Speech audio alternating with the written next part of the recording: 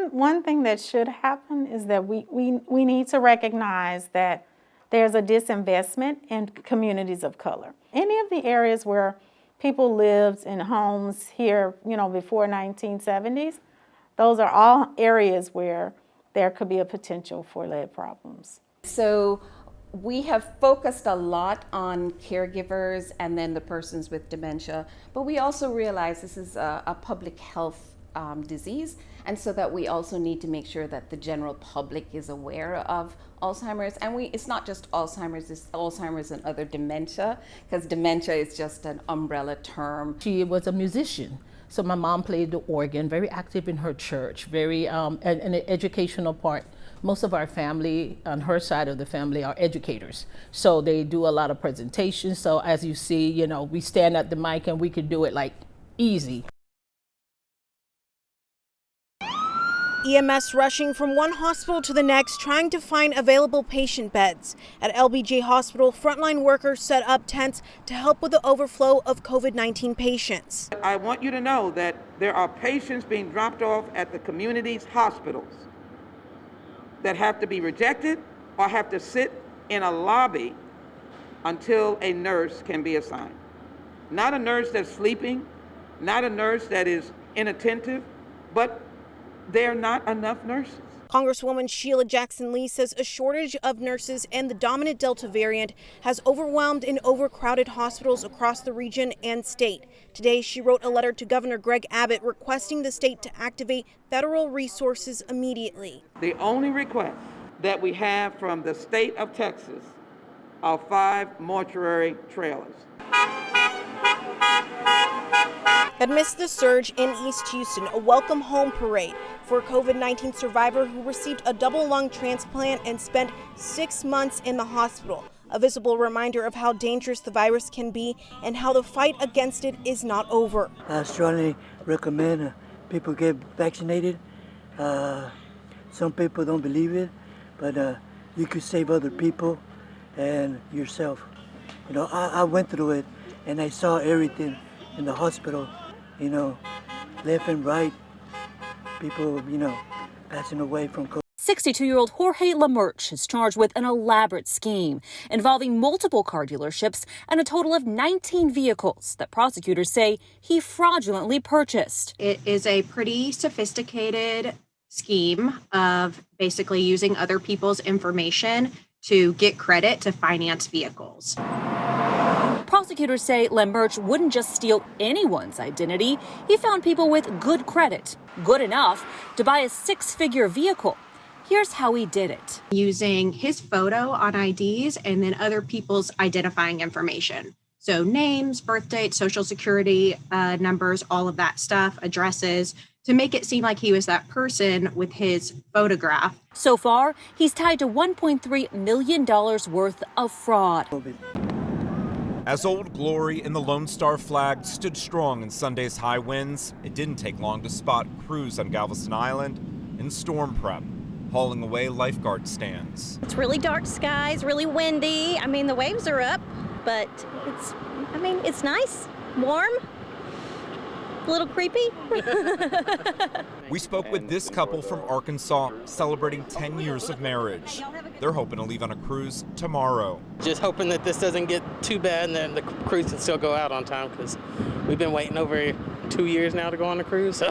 I don't want to go out on the seas and have a rocky ride, but we paid, so we're going. Others we caught up with didn't even realize Tropical Storm Nicholas is now churning in the Gulf.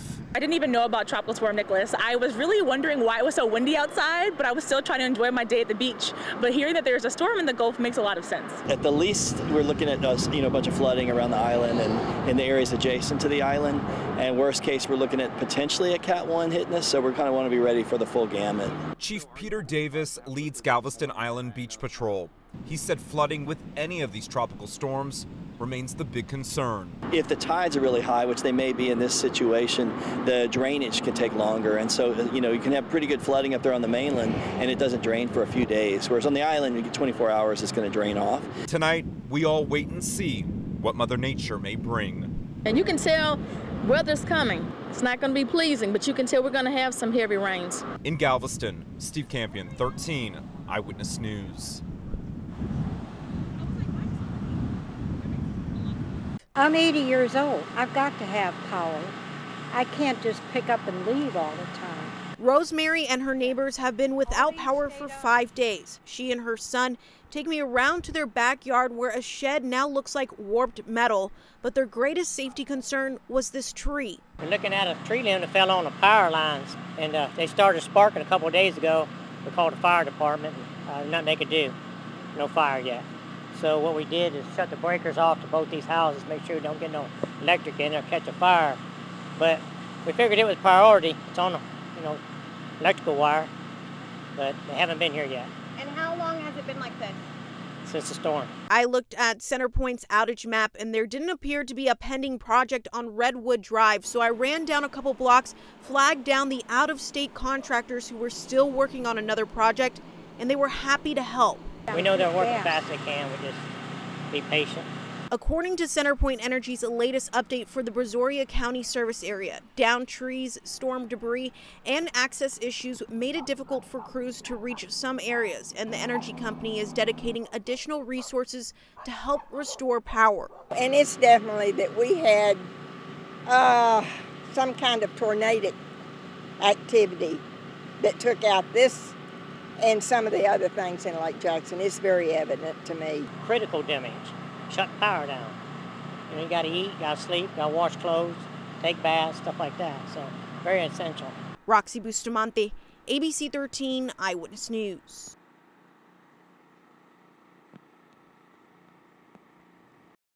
I thought I would go one day, and look, I have to bury my son. I don't know.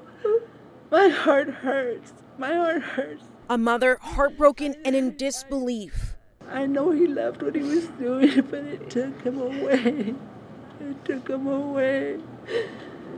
Rose Orduna says she knew something was wrong when her youngest son, Eric, didn't return home from work Friday night. And I saw the place. And I knew that was my baby. That was my baby there. I knew it was him. Eric Orduna, his friend, 18-year-old Fanan Mayashel, and another co-worker who Prospect Park identified as Nick Rodriguez were walking back and forth, parking vehicles on Fairdale Lane near the sports bar where they worked. Police say a driver was doing donuts in a parking lot when officers tried to stop the driver.